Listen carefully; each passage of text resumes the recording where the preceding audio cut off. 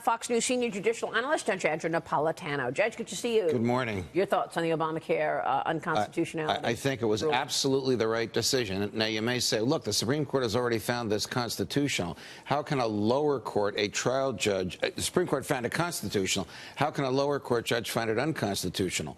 Well, the law changed. The Supreme Court said the Congress is without the authority to compel you to engage in interstate commerce, to force you to buy something, but it can tax you if you don't buy it. And that was the hook on which the court hung its hat. Chief Justice Roberts and the 4 liberals voting 5-4 to uphold it.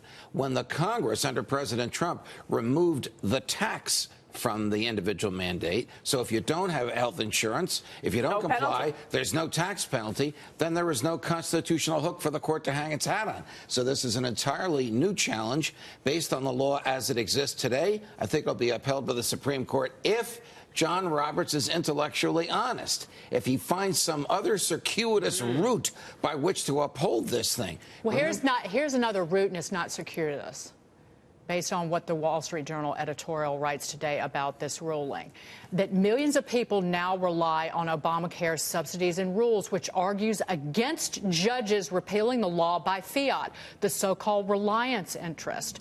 In any case, the Supreme Court's severability doctrine calls for restraint in declaring an entire law illegal based merely on part of it. Let me explain that to you. But they expect that the Fifth Circuit Court of Appeals judges will overturn Judge O'Connor's ruling at this point. Anybody can predict one way or another, and I'm just pushing back on your prediction. Yeah, well, I share part of what the Wall Street Journal is saying. Here's their theory.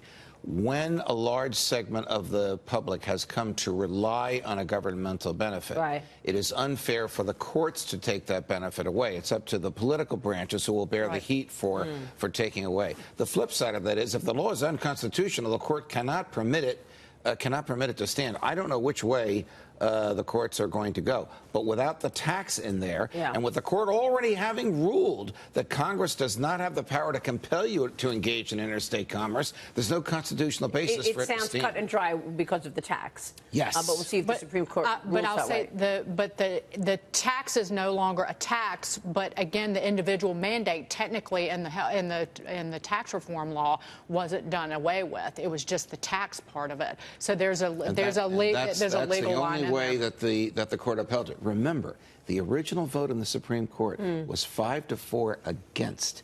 The Chief Justice changed his mind with 4 days to go before the end of the term.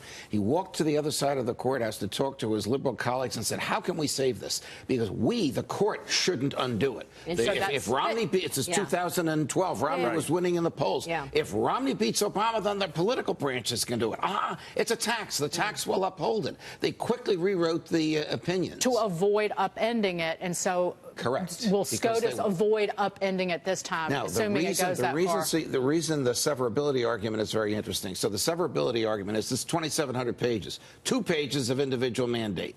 So if you take the individual mandate out, are you going to invalidate the remaining 2,698 pages? The court said yes, because without the individual mandate, there's not enough of a pool of money for the insurance carriers to pay pre-existing conditions. That makes a lot of sense. And the statute will collapse of its own weight.